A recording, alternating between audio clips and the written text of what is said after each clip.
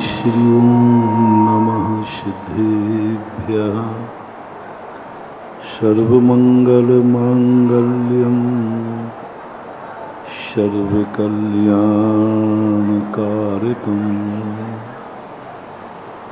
प्रधानं सर्वधर्माणां जैनं जयतु शासनं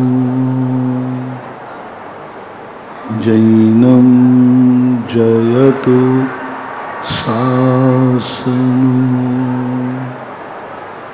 पंच परमेष्टि भगवान के आचार्य श्री गुरुवर कुंद कुंद महाराज के आचार्य श्री गुरुवर विद्यासागर महाराज की बोलिए। परम पूज्य जगत निरावत मुनि पुंगव श्री सुधासागर जी महाराज की, समस्त आचार्य संघ की, उत्तम क्षमा धर्म की।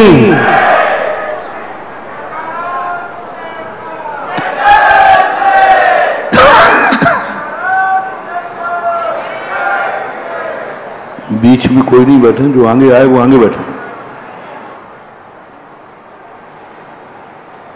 और एक दूसरे के आंगा पीछा देख के बैठे। बीच की लाइन खाली नहीं छोड़ो।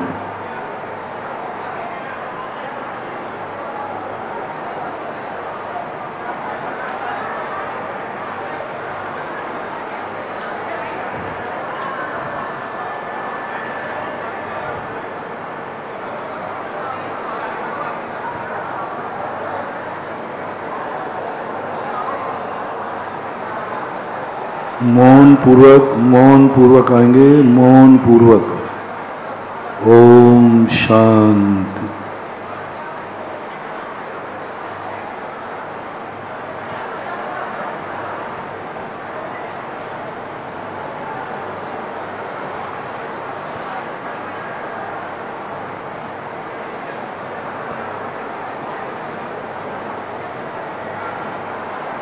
वॉलंटियर भी बोलेंगे नहीं, इशारे से करें।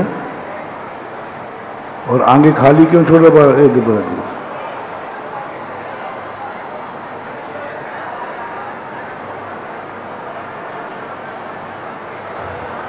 देखिएगा शिवरार्थी भाई ध्यान दें, मौन से आए ताकि महर्षि का प्रवचन प्रभावित ना हो। सारे देश दुनिया के लोग महर्षि के प्रवचन सुनने के लिए आते रहे। सभी लोग मौन हो जाए। वॉलंटियर बाहर से व्यवस्था बना दें ताकि चुपचाप से आके बैठते जाएं।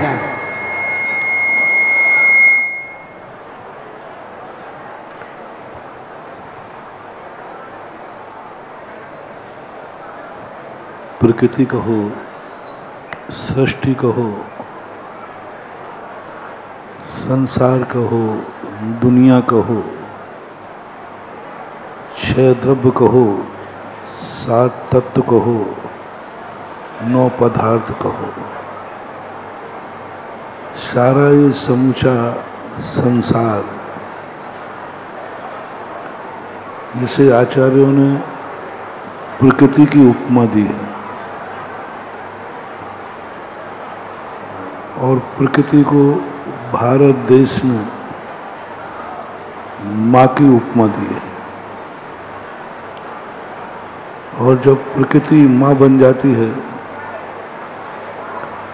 तो अपन सब बेटे बन जाते हैं, क्योंकि प्रकृति से बाहर कोई होता नहीं। प्रकृति और ये माँ किस लिए है? क्योंकि ये प्रकृति जीव द्रव्य के लिए सारी सुविधाएं जुटाती है।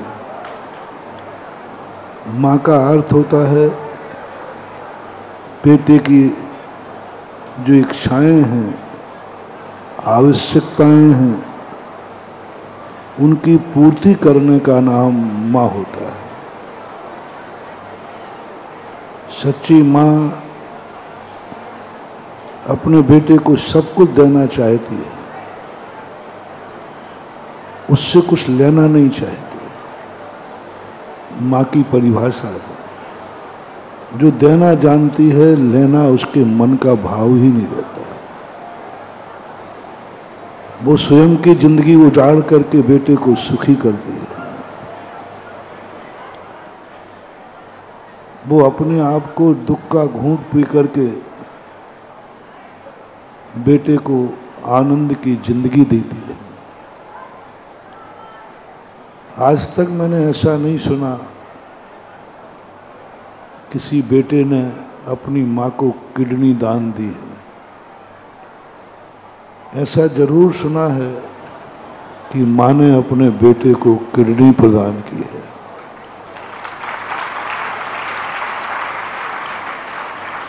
पिताओं में भी बहुत कम होते हैं। अभी तक कोई हमें ऐसा उदाहरण नहीं मिला किसी पिता ने अपने बेटे को किडनी दान दे दिया। लेकिन माताओं के सैकड़ों उदाहरण मिले जो अपनी जिंदगी को संकट में, दुख में डाल करके बेटे को सुखी करने का भाव आता है। ये लक्षण जिसमें भी घटित होता है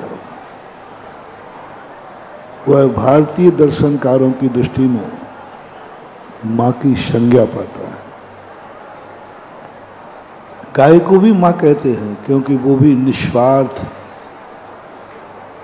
उसकी शरण में आए हुए की दूध देती। प्रकृति को भी माँ कहते हैं क्योंकि अपने को उजाड़ करके दुनिया को सुखी करती है। हवाएं स्वच्छ बहती हैं इस दुनिया के जीवों को सुखी करने के लिए वो विकृत हो जाती है। हवा कभी स्वयं में विकृत नहीं होती है। दूसरों पर जब उपकार करती है हवा तो वो विकृत हो जाती है। प्रकृति मंजूर करती है कि मेरी स्वच्छता यदि विकृति में बदलती है तो मैं तैयार हूं। प्रकृति जल देती है, उसके बदले में कुछ नहीं लेती। फल फूल देती है, पेड़ कभी बदले में कुछ की चाहत नहीं करता। सूर्य प्रकाश देता है, कुछ बदले में नहीं लेता। यानी प्रकृति के जितने भी वैभव हैं वे सब जीव के सुखी करने के लिए हैं। उनको जीव से कोई अपेक्षा नहीं है। विचारणीय भूमिका यह है कि जब माँ के हाथ में हमारी जिंदगी है, माँ के द्वारा हमारी जिंदगी संचालित है और हम सब एक माँ के बेटे होकर के भी हम एक सुखी और एक दुखी क्यों हैं? एक अमीर एक गरीब क्यों है? एक आंखों वाला एक अंधा क्यों है? एक पैरों वाला और एक विकलांग क्यों है? एक कुछ भी खा लेता है तो पच जाता है और एक थोड़ा सा भी खा ले तो कुपच हो जाता है। जब हम एक माँ के बेटे थे तो जिंदगी में फर्क कैसे आया? जिंदगी में भेदभाव कैसे हुआ? माँ तो बराबर सबको संपत्ति बांटती है और उसने बांटी भी है, सबको बराबर दिया। लेकिन ये पक्षपात हुआ है, ये प्रकृति ने नहीं किया, हमारे कारनामों ने किया। प्रकृति ने गरीब नहीं बनाया, हमारी भूल से गरीब बने। प्रकृति ने दुखी नहीं बनाया, हम अपने उससे दुखी बने। उसने बराबर धन दिया था, भूल हो गई, तुमने जुआ खेल लिया। धन तो बराबर दिया था।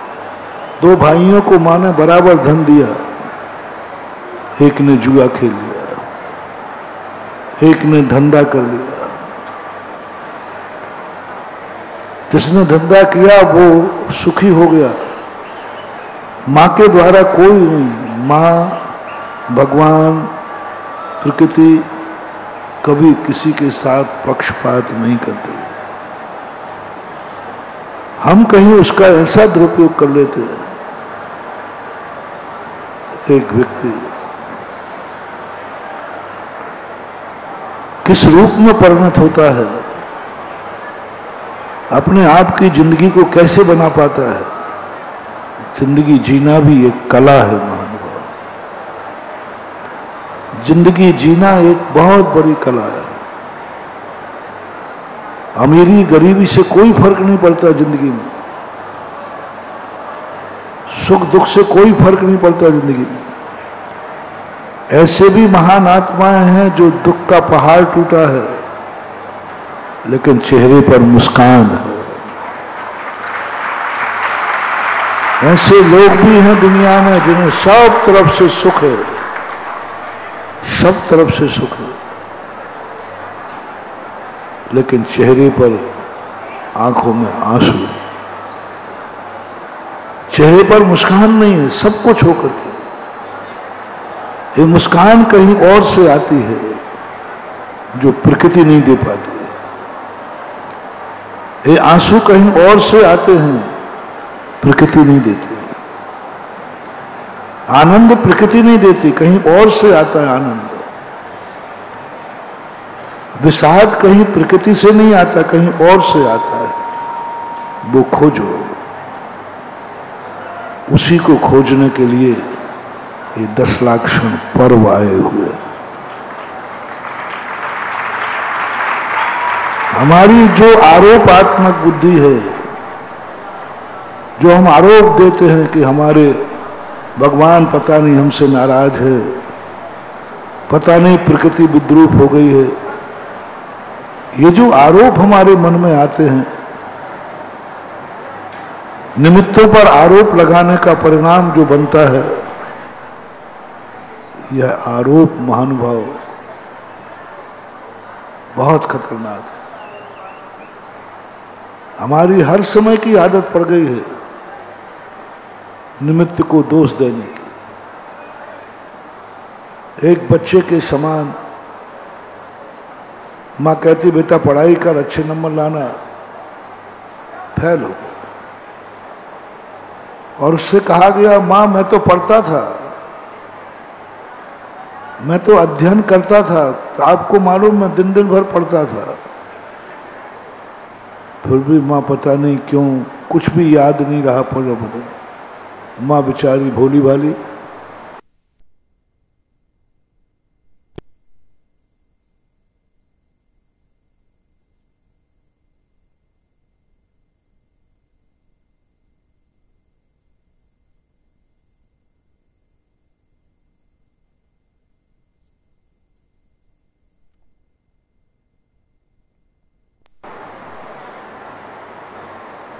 आपको बैठना है या तो सबसे आगे इधर बैठे या पीछे जाए। माँ बेचारी सीधी सादी होती है, परिणाम ये निकलता है कि उसके मन में विकल्प आता है, हमारा बेटा तो झूठ बोल ही नहीं सकता, हमारा बेटा तो बेईमान हो ही नहीं सकता, नियम से कोई ऊपरी बाधा है। कई लोग आते हैं, बोले महाराज जी हमारे बच्चे को खूब पढ़ता है लेकिन याद ही नहीं होता, कोई ऊपरी बाधा है। माँ को क्या मालूम कि कोई ऊपरी बाधा नहीं है, सब तेरे छोरे के अंदर की बाधा है। ये पढ़ना नहीं चाहता, पढ़ने का नाटक कर रहा है, तुम्हारी आंख में धूल झोंक रहा है।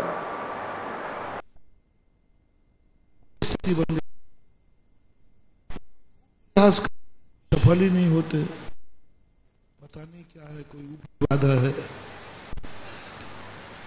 कोई ऊपर की शक्ति है जो हमें करने नहीं देती। कुछ नहीं महानुभाव, सब बदमाशी है, ऊपरी बाधा कोई होती ही नहीं। जो कुछ भी बाधाएं हैं सब अंदर की बाधाएं हैं, बाहर की कोई बाधा होती ही नहीं।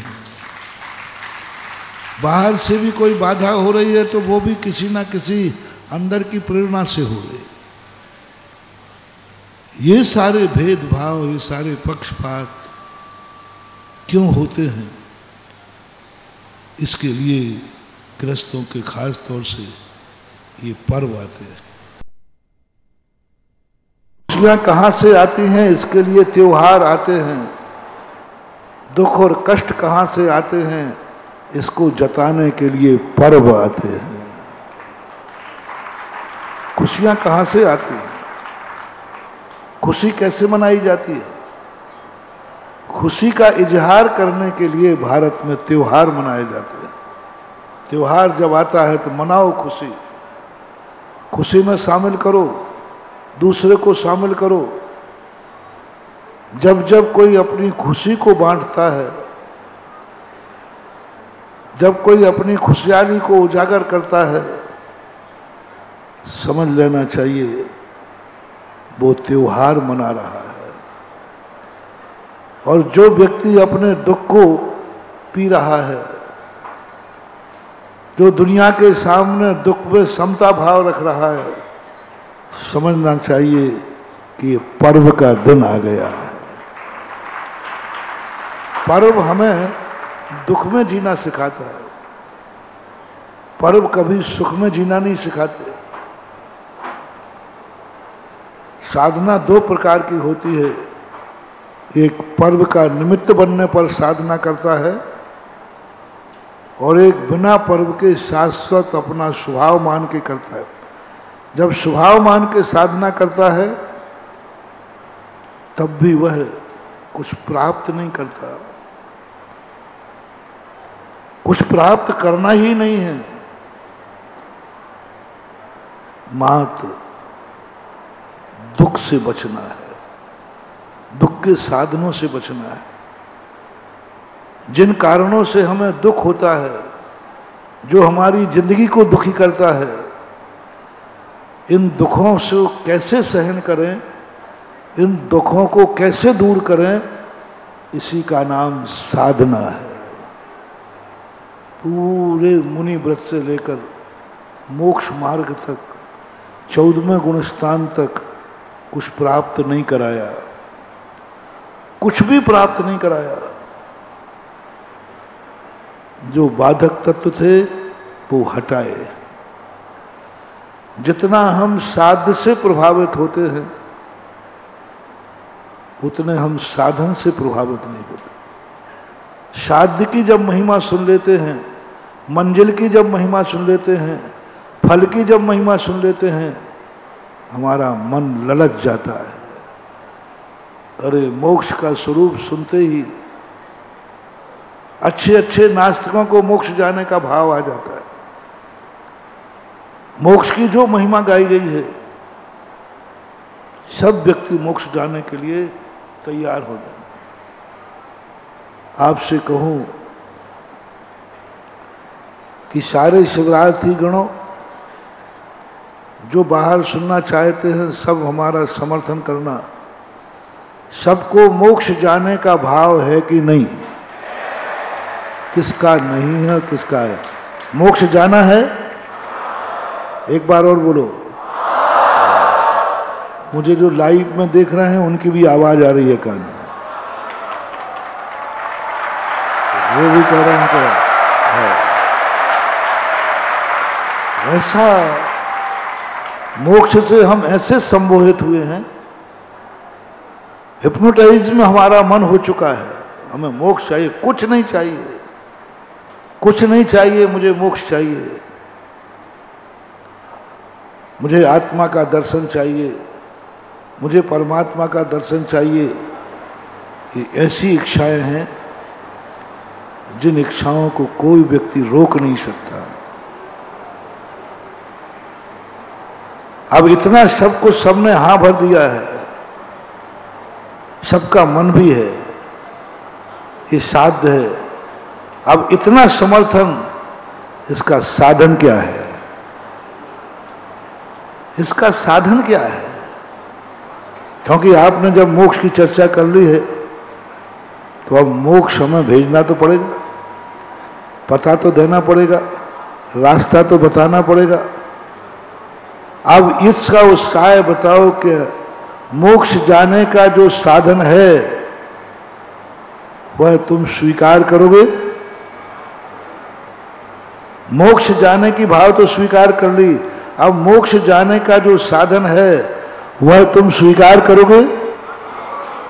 उसका साधन है, उसका साधन है, उसका साधन है मुनि व्रत धारण करो।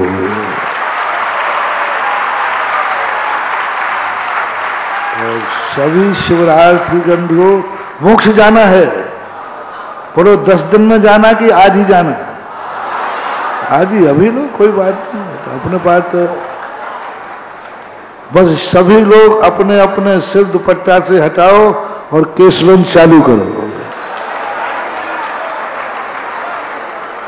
अब वो महाराज जी आपने वो 2 नंबर करा दी ना,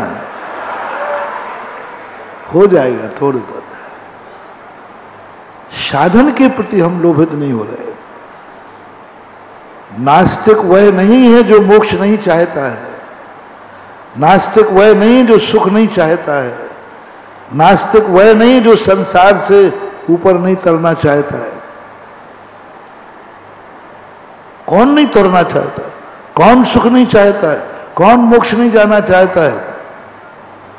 मोक्ष के संबंध में कोई नास्तिक नहीं होता, सुख पाने के संबंध में कोई नास्तिक नहीं होता, आत्मा की शक्ति के जागरण करने में कोई नास्तिक नहीं होता, आत्मा को शुद्ध और पवित्र करने में कोई नास्तिक नहीं होता।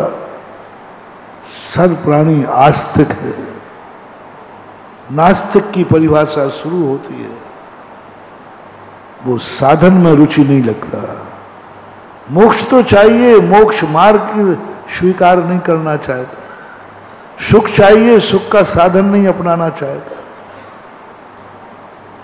मोक्ष जाना है, चाहिए, लेकिन जब उससे साधन की बात करो तो कहता ये मेरे बस की बात नहीं है, रुचि नहीं है।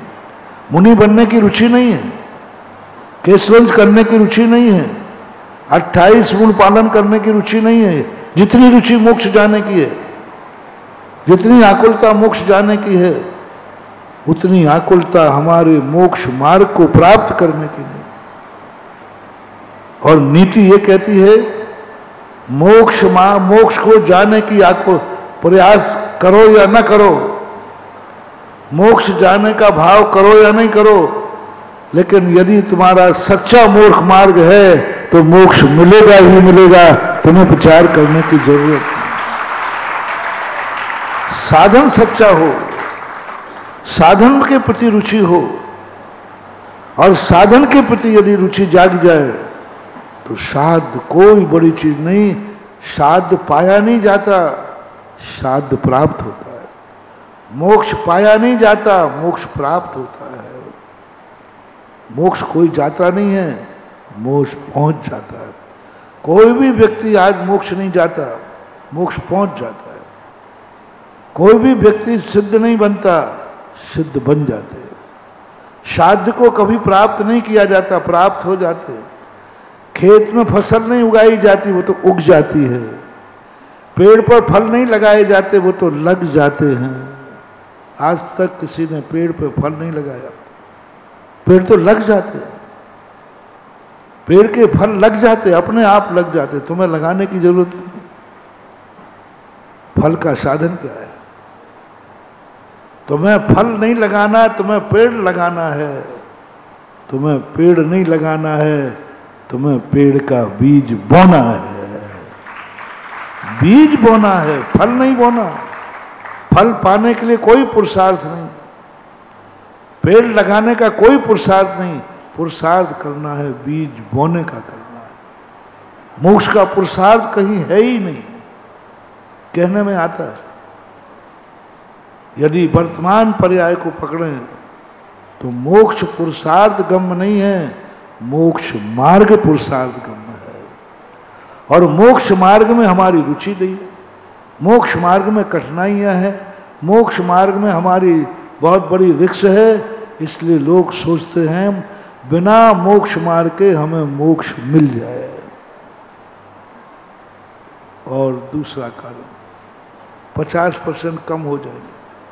100% लोगों ने हाथ उठाया था मुझे मोक्ष जाना है, और ये भी कहा था इसी समय जाना है। इसी समय यदि मिलता है मोक्ष तो आपने कहा था हम तैयार हैं। इतनी रुचि, इतनी हामी, इतना समर्थन भर दो महाराज। मोक्ष का मार्ग मुनि व्रत है, रत्नत्रय है, वो भी हमें आज ही, इसी समय, अभी, आज ही उत्तम क्षमा के दिन मुझे मुनि व्रत दीजिए, मेरी रुचि है। मोक्ष इसी समय चाहिए, अभी चाहिए, मिलता है, तुम्हारी पूरी तैयारी है, कोई नहीं रोकेगा। घर को समाचार भी नहीं देगा, बोले मोक्ष मिल रहा है, छोड़ो महाराज घर। अरे मैंने कहा भाई घर में कह के आया था, थोड़ा सोच। अरे महाराज क्या, कोई किसी का नहीं है, कहो तुम मुझे प्रवचन सुनाना शुरू कर दो,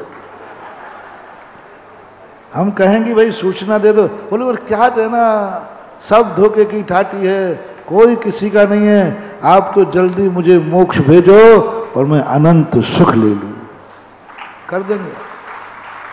बस मैं कह रहा हूं, इतनी रुचि, इतनी ललक मोक्ष मार्ग के प्रति हो जाए, साधन के प्रति हो जाए, कि जो मोक्ष का साधन मुझे पता चल जाए, मैं तुरंत चल पड़ूंगा, तुरंत, 1 मिनट की देरी नहीं करूंगा, इसी समय प्रेजेंट पोजीशन।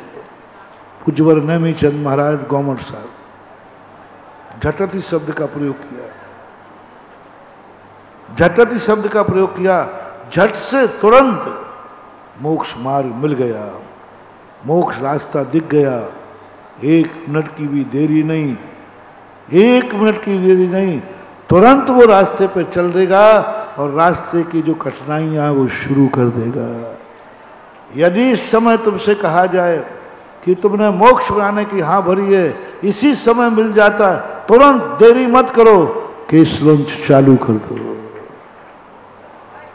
जब तक मैं प्रवचन कर रहा हूं, जब तक तुम्हारे केस लॉन्च निपट जाए, जब तक केस लॉन्च करो, जब तक मैं प्रवचन कर रहा हूं। महाराज 50% तो क्या 10% लोग मन बना पा रहे होंगे। मोक्ष के लिए सबने बनाया था, लेकिन चर्या पालन करने का, मुनि व्रत के लिए शुद्ध आत्मा सब चाहते हैं, लेकिन उसका साधन है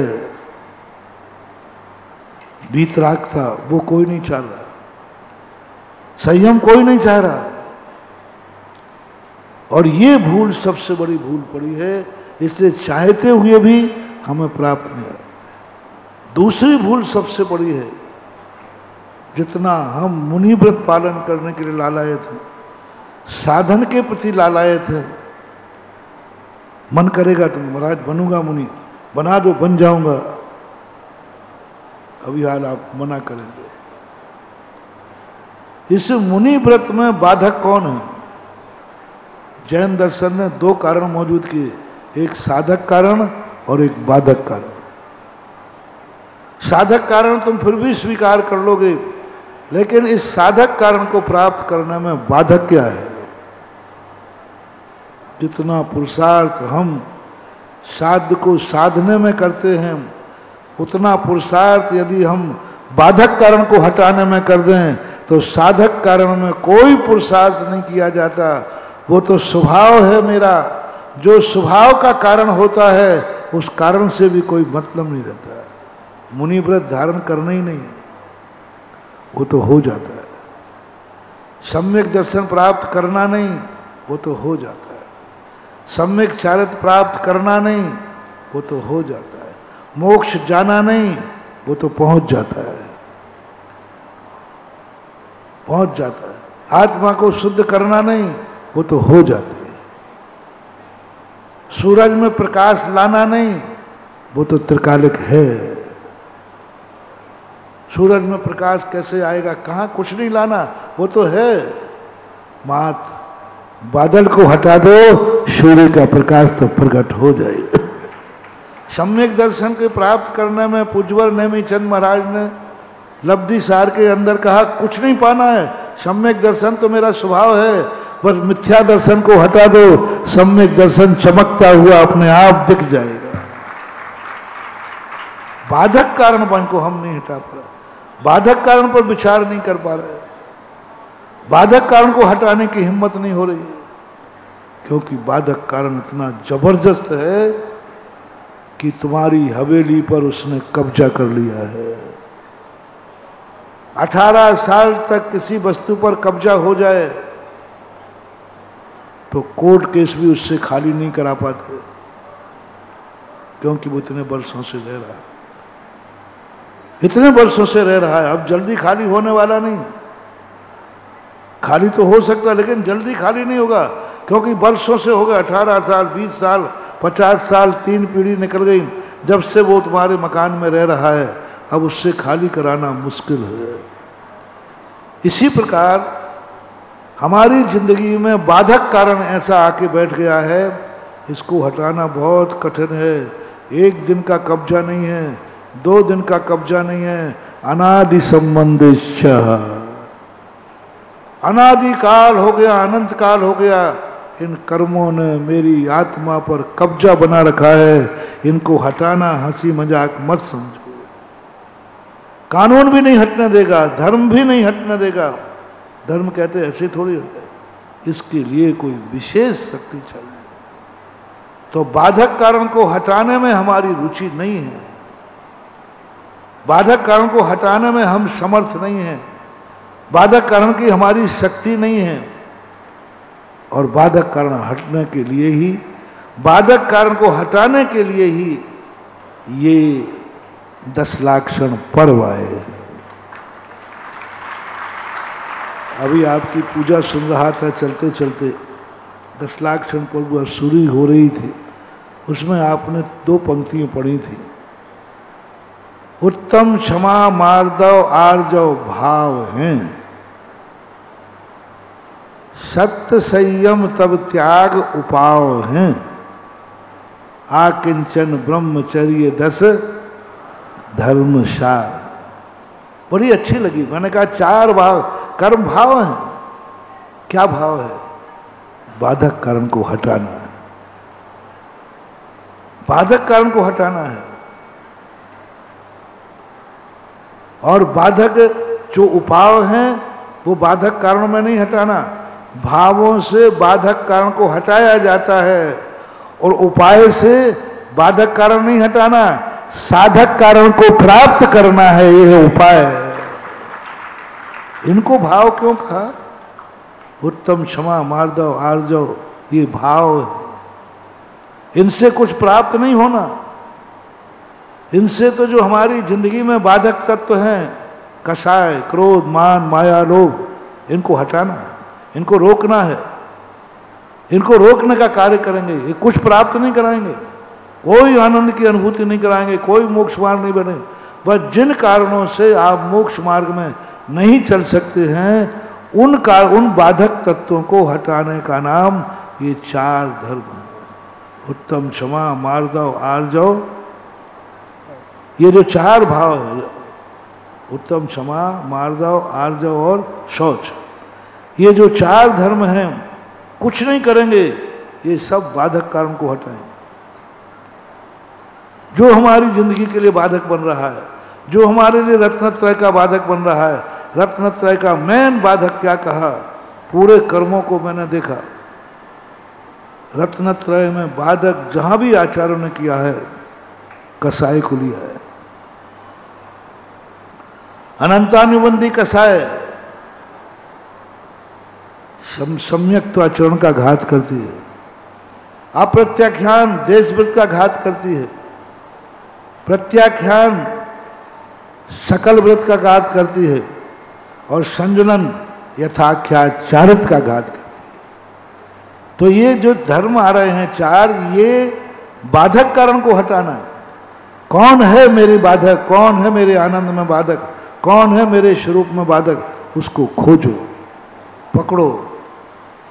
आज बहुत बड़ा दिन है महानुभाव, आज हमें उसको पकड़ना है जो हमारी जिंदगी में बाधक बन रहा है, जो हमारे शांत सरोवर को आंदोलित कर रहा है, जो हमारे समता स्वरूप को उत्तेजित कर रहा है, जो हमारे परिणामों में क्रोध पैदा कर रहा है।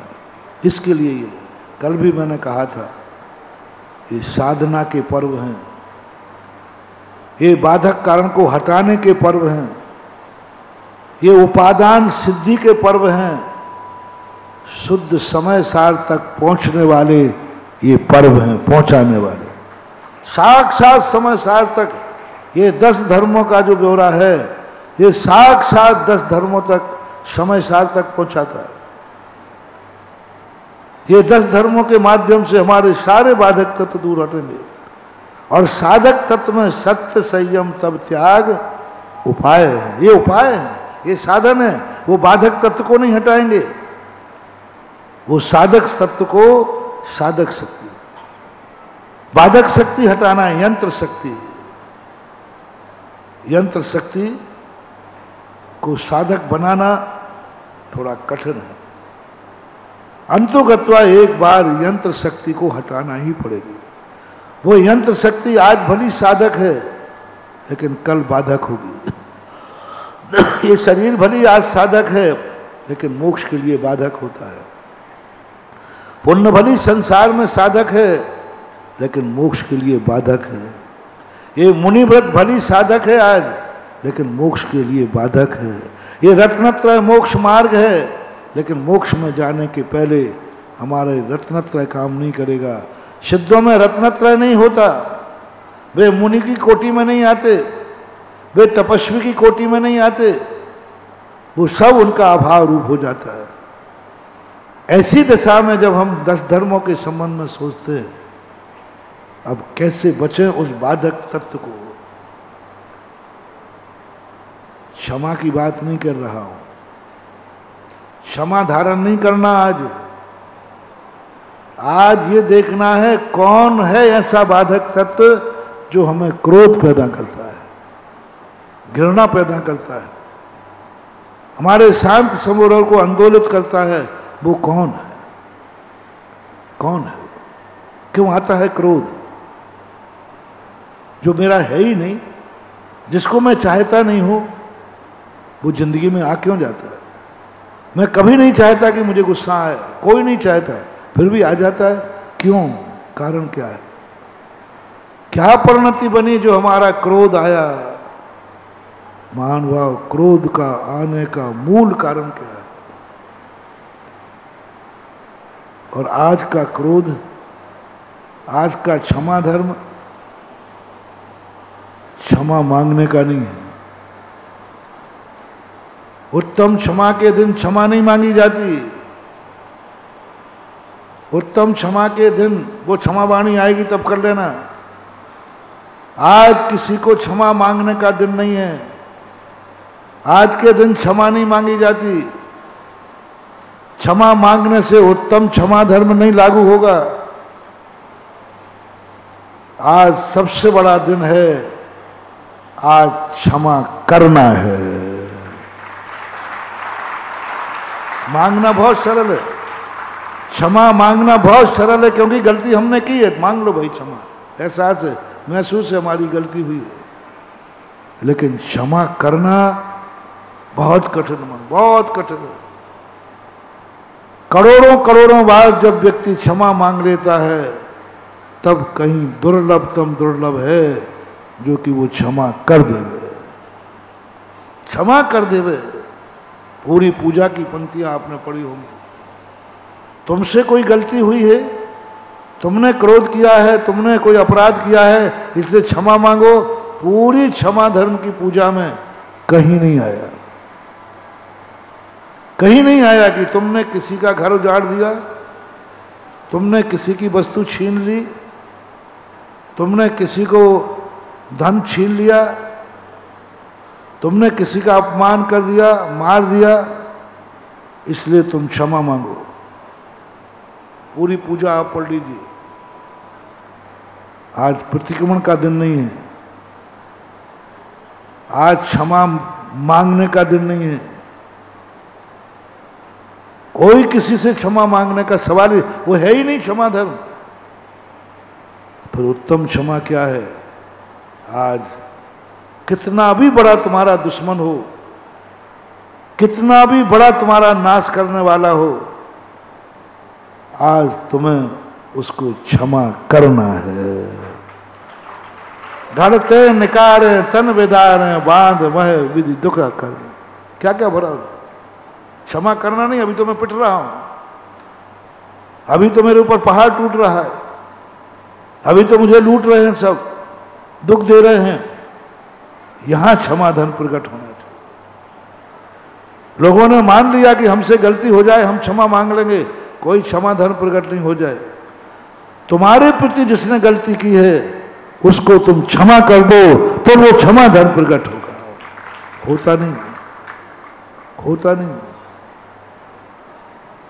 क्षमा मांगने में हमें कोई ज्यादा अपमान महसूस नहीं होता। सबसे कठिन है कि मैं कैसे क्षमा करूं, इसी ने तो मेरा सर्वनाश किया है, इसी ने तो मेरा सर्वनाश कर दिया, इसी ने तो मेरा बर्बाद कर दिया।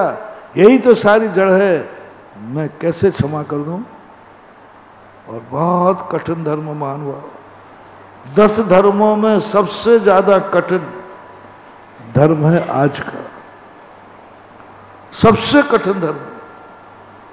बाकी 9 धर्म धीरे थोड़े सरल होते जाएंगे, कोई ज्यादा नहीं है। आज क्षमा मांगना नहीं है, क्षमा करना। दुर्जन क्रूर कुमार के रथों पर क्षोभ नहीं मुझ पे आवे। क्या बात है, मैंने दुर्जनता की हो तो क्षमा मांगता हूं, मैं कुमार पे चला हूं तो क्षमा मांगता हूं, इन सब गलत कार्य की हो तो क्षमा मांगता हूं। बोले नहीं, उस दुर्जन ने तुम्हारे प्रति सब कुछ बुरा किया है। बाधक कारण देखो, कौन कौन है दुश्मन तुम्हारे। आज मित्रों की लिस्ट नहीं, दुश्मनों की लिस्ट बनाओ। आज प्रशंसा की नहीं, निंदा की लिस्ट बनाओ। कौन प्रशंसा करता है उसकी लिस्ट नहीं, कौन हमारी निंदा करता है उसकी लिस्ट बनाओ। कौन मेरा सहयोगी है उसकी लिस्ट नहीं, कौन मेरा विरोधी है। मेरे संबंध में कौन अच्छा सोचता है उसकी लिस्ट नहीं, मेरे संबंध में कौन बुरा सोचता है, मेरा बुरा कौन चाहता है उसकी लिस्ट बनाइए। किसने तुम्हारा बुरा किया है उसकी लिस्ट चाहिए। जिसने तुम्हारा बुरा किया हो, जिसने तुम्हारा बुरा किया हो, इतना बुरा किया हो कि उस बुरे की हद नहीं हो सकती, इतना बुरा किया। यानी मुनि महाराज भी कांप जाए, इतना बुरा किया उसने, इतना बुरा किया तुम्हारा। उनकी लिस्ट बनाओ आज, किन किन ने बुरा किया है, कौन कौन है दुश्मन जो तुम्हारा बुरा विचारते हैं, कौन कौन है दुश्मन जिसने तुम्हारी संपत्ति छीन ली है, कौन कौन है दुश्मन जो तुम्हारे मुंह का ग्रास छीन रहे हैं, सुख की चैन छीन रहे, कौन कौन है। चलो मच्छर से शुरू कर दो जो तुम्हारी नींद हराम करता है। लिस्ट बनाओ, तुम्हारी नींद हराम किसने की है, बोलो भाई। आज रात में किसने नींद हराम की, मच्छरों ने। मच्छरों से लेकर के जो जो तुम्हारी नींद हराम करें, जो तुम्हें टेंशन देवें, दुखी करें, दुश्मनों की लिस्ट कभी मत भूलना मानवा। एक बार कभी भगवान का नाम भूल जाओ, एक बार कभी गुरु महाराज को भूल जाओ, एक बार नमोकार मंत्र भूल जाओ तो कोई बात नहीं, भगवान की मुद्रा भूल जाओ तो कोई बात नहीं, दुश्मन की शकल मत भूलना, दुश्मन का नाम मत भूलना। बहुत सजा के रखना, बहुत काम में आएगा। साल भर का भूलना मत। आज उन सब दुश्मनों की लिस्ट निकालो जिन्होंने साल भर तुम्हारे साथ दुर्व्यवहार किया है, तुम्हारा बुरा विचारा, उनकी लिस्ट बनाना है, भागना नहीं। दुश्मनों का किस किसके दुश्मन है जो तुम्हें सदा गालियां देते रहते हैं, लिस्ट बना लेना उसका, आज बहुत काम आएगा। और जैसे ही सारे दुश्मनों की लिस्ट बन जाए, खूंखार दुश्मन जिसने तुम्हारे बाप का मर्डर किया था, जिसने तुम्हारे घर में डाका डाला था, जिसने तुम्हारा सिर फोड़ दिया था, और बड़े बड़े भी हों, उन सब के लिए आज लिस्ट बनाओ। और महाराज क्या करोगे लिस्ट बनाकर? पहली बात तो मैं नाम पूछने जाऊंगा, उतनी में वो निपटा देगा। मैं उससे क्षमा मांगने जाऊंगा, वो मार डालेगा, वो मार डालेगा, क्योंकि वो बहुत खुकार है। आज उसकी लिस्ट बनाओ, जो तुम्हें कभी माफ किया नहीं है, माफ कर नहीं रहा, करेगा भी। जो तुम्हें दुख दिया है, दे रहा है, आगे भी देगा। जो तुम्हें लूट रहा था, लूट रहा है, लूटेगा निश्चित है। तुम शांति से बैठे थे, वो नहीं बैठने देगा। और जो अपनों से बड़े या दूसरों को शांति में भंग करता है, वह व्यक्ति बहुत बड़ी गलती कर रहा है। उसको तो लिस्ट बनाना है बस। आज बना लेना सबके लिए होमवर्क है, अपने दुश्मनों की, महाराजों की नहीं, भगवानों की नहीं। अभी तक तुमसे कहा जाता भगवान की लिस्ट बनाओ, भगवान कितने हैं, गुरु की लिस्ट बनाओ, गुरु कितने हैं, गुरु क्या खाते हैं, कैसे उठते हैं, कैसे बैठते हैं, ये सब आप देखते हो। आज के प्रसंग में कहा जा रहा है, आज का प्रसंग कहा जा रहा है कि तुम्हारे दुश्मन कौन कौन से हैं, जिससे तुम पक्का मानते हो ये तो मेरा कभी बुरा विचार ही, अच्छा विचार ही नहीं सकता, सदा बुरा विचारता है। उसके नीचे लिखना है, पूरे नाम लिख दिए ना, पूरे नाम लिख दिए, उसके नीचे आपको अंगूठा लगाना है, मैंने सबको माफ किया, मैंने सबको माफ किया। तूने मेरा नाश किया था ना, तू मेरा दुश्मन है, जा मैं तुझे माफ करता हूं, माफ करता हूं। ये नहीं कि जो जाकर के तुझने एक मारा है तो मैं एक तो मार के रहूंगा ही, प्रतिकार। उसने मुझे मारा है, मुझे गाली दी है, मुझे चैन नहीं पड़ेगी एक गाली देने के बिना। ये उत्तम क्षमा धर्म नहीं है। उत्तम क्षमा धर्म वाला कितने ही पिट जाए, कितने ही लुट जाए, कुछ भी हो जाए, ऐसा नियम लेता है कि नियम भी पल जाए और कानून भी तोड़ने का आरोप ना आवे। लो एक शिक्षा लेकर के और रोटी खा ली, चर्या कर ली। लेकिन ऐसी जो आवश्यकताओं की पूर्ति होती है, ये आवश्यकताएं तो पूर्ण हो जाती हैं, लेकिन सफलता नहीं। अब आपको आज सबको मोटिवेशन, घर के लिए होमवर्क, जो जहां बैठ के सुन रहा हो, पेन कापी निकालो और लिखो। नहीं मिल सकती तो आंखों में लिखो, हृदय में लिखो, मन में लिखो। आज उन्हें उनकी तुम्हें लिस्ट बनाना है जो तुम्हारी जिंदगी के सबसे बड़े दुश्मन हैं, उनको याद करो। जो तुम्हारा सबसे ज्यादा बुरा विचारते हैं, उनकी सारी लिस्ट बनाने के लिए 2 लाइनें नीचे खींच देना और लिख देना, मैंने इन सबको आज माफ कर दिया। बस इतना सा। बहुत कठिन है क्षमा करना, बहुत कठिन है, क्योंकि बर्बाद हुआ हूं ना, कैसे क्षमा करूं, बार बार याद आती, कैसे क्षमा मांगू महाराज, इसने मुझे मालूम कितनी यातनाएं दी है, एक एक कौड़ी के रुलाया है। और आज मेरे पास 2 पैसे आने लगे तो फिर सामने साक्षात तुम लोग भी वही करने लगे। तुम लोग भी कहने लगे कि ये तो इस प्रकार है। नहीं, बाधक का बनने पर ऐसा कभी हुआ महाराज जिसने सर्वनाश कर दिया हो और फिर भी आप उससे क्षमा नहीं मंगवा रहे हो? मैं ही नाश हुआ हूं, मेरा ही नाश हुआ है और मुझे ही क्षमा मांगना है, मुझे ही जय जयंत करना है। ये अन्याय हुआ कि नहीं? लोक नीति क्या कहती है? जिसने गलती की है वो क्षमा मांगे। मैंने तो कोई गलती नहीं की, मैं क्षमा क्यों मांगू? और जैन दर्शन कहता है तुमने कोई अपराध नहीं किया है, तुम क्षमा मांगो या नहीं मांगो, लेकिन तुम्हारे साथ जितनों ने अपराध किए हैं उन सबको क्षमा करना तुम्हारे लिए जरूरी है। तुम्हारे लिए दुख दिया है तो पारसनाथ के जीव का सर्वनाश कर दिया उसके भ्राता ने। सर्वनाश कहने में विकल्प आता है, मरे सर्वनाश, मैं कहता हूं उस नाश को कोई व्यक्ति सहन नहीं कर पाता। सर्वनाश कर दिया।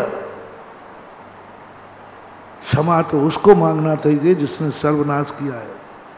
हाथ तो उसको जोड़ना चाहिए कि मैंने ये गलत कार्य किया है, लेकिन नहीं। उत्तम क्षमा धर्मधारी, किंचित मात्र भी गलती नहीं थी उसकी, सब कमठ की गलती थी। तुरंत हाथ जोड़ता हुआ पहुंच गया, भैया क्षमा करो, घर चलो। वो क्षमा मांग रहा है और दुष्ट ने 12 मन की शिला पटक दी और 12 मन की शिला के अंदर चकचूर होकर मर गया, लेकिन उसके प्रति क्रोध भाव नहीं आया। क्रोध नहीं आया, मर गया, वो मर गया।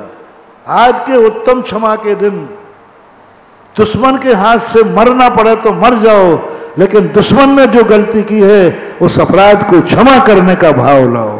पारसनाथ जीव ने कहा, पारसनाथ की कोई गलती नहीं थी, वो क्षमा मांगने नहीं गया था, वो क्षमा करने गया था कि भैया तुमसे जो गलती हुई हमारा सब कुछ मिटा दिया, फिर भी मेरे मन में उत्तम क्षमा धर्म जागा है, मैं क्षमा करता हूं, आओ, नाराज नहीं होऊंगा, मैं कुछ नहीं करूंगा। आपने गुमशुदा की रिपोर्ट दी ना, गुमशुदा के रूप में बच्चे गुम जाते हैं तो लिखवाते पेपर में, बेटा आ जा, कोई कुछ नहीं बेटा घर लौट के आ जा, कोई नहीं टोकेगा, कोई गलती नहीं बताएगा, तू तो जो करता था सब ठीक है, तू लौट के आ जा। उत्तम क्षमा धर्म वाला निर्भय कर देता है अपराधी को, निर्भय कर देता अपराधी को। जब मैंने इसके साथ ये व्यवहार किया है तो अब ये क्या करेगा मेरे साथ? मैंने तो इसको बहुत दुख दिए हैं, ये भी दुख देगा। पापी व्यक्ति जानना, क्रोधी व्यक्ति जानना, पापी का लक्षण है कि जब स्वयं दूसरों के साथ व्यवहार करता है तो तुरंत कांपता है, ये भी अब मेरे साथ यही व्यवहार करेगा, ये भी यही व्यवहार करेगा। मैंने इसके बीच में कांटे बोए हैं, ये मुझे पता नहीं क्या बोएगा। मैंने इसको ईंट मारी है, ये मुझे पत्थर मारेगा।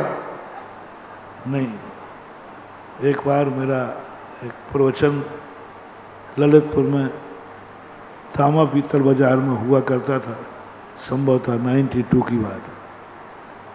उसी समय एक वैष्णव साध्वी ऋतंबरा का प्रवचन था, तो उनका भी वहीं रविवार को होता था, टाइम भी वही था।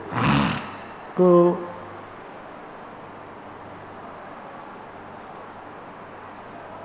लोग संकोच कर रहे थे कि मैं कैसे कहूं कि महाराज आज रविवार को आपका प्रवचन नहीं होगा।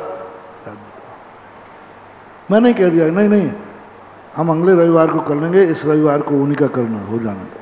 मैंने खुद हाँ कह दिया, मैंने माइक से घोषणा कर दी। ऋतंबरा साध्वी थी, साधु भक्तन थी, उसको पता चला, बोले महाराज का प्रवचन बंद करके मेरा प्रवचन कराओगे? नहीं, ये मैं प्रवचन नहीं करूंगी। महाराज का प्रवचन बंद क्यों कराया? महाराज के प्रवचन के साथ में मैं प्रवचन कर लेती, बाद में पहले मैं कर लेती। महाराज का प्रवचन, हम महाराज के दुश्मन नहीं हैं, वो भी आर्यपुत्र हैं, मैं भी आर्यपुत्र हूं, वो भी भारतीय हैं, हम भी भारतीय हैं, वे भी राम को मानते, हम भी राम को मानते हैं, हम कोई देशद्रोही नहीं हैं। हम महाराज का प्रवचन बंद क्यों कराया? हम प्रवचन नहीं करेंगे। हमने कह दिया नहीं, प्रवचन उन्हीं को करना है, मैं नहीं करूंगा। वो खुद ही मेरे पास आ गई, स्टेज पे नहीं गई, घटा मंदिर से पीतल बाजार सामने, स्टेज पे नहीं गई। महाराज जी क्यों आपने प्रवचन बंद किया? मुझे इतना इतना बड़े पाप का मैं एक साधु का प्रवचन बंद करा के स्टेज पर मैं वक्तव्य दूं? नहीं, हम महाराज साधु भक्त हैं। मैंने कही नहीं, मैंने नाराजगी से नहीं किया, तुमने हटाया थोड़ी है, मैं खुद हट गया हूं। तुमने हटाया नहीं है, मैं खुद हट गया हूं। तुमने बंद करने को नहीं कहा, मैंने बंद किया है।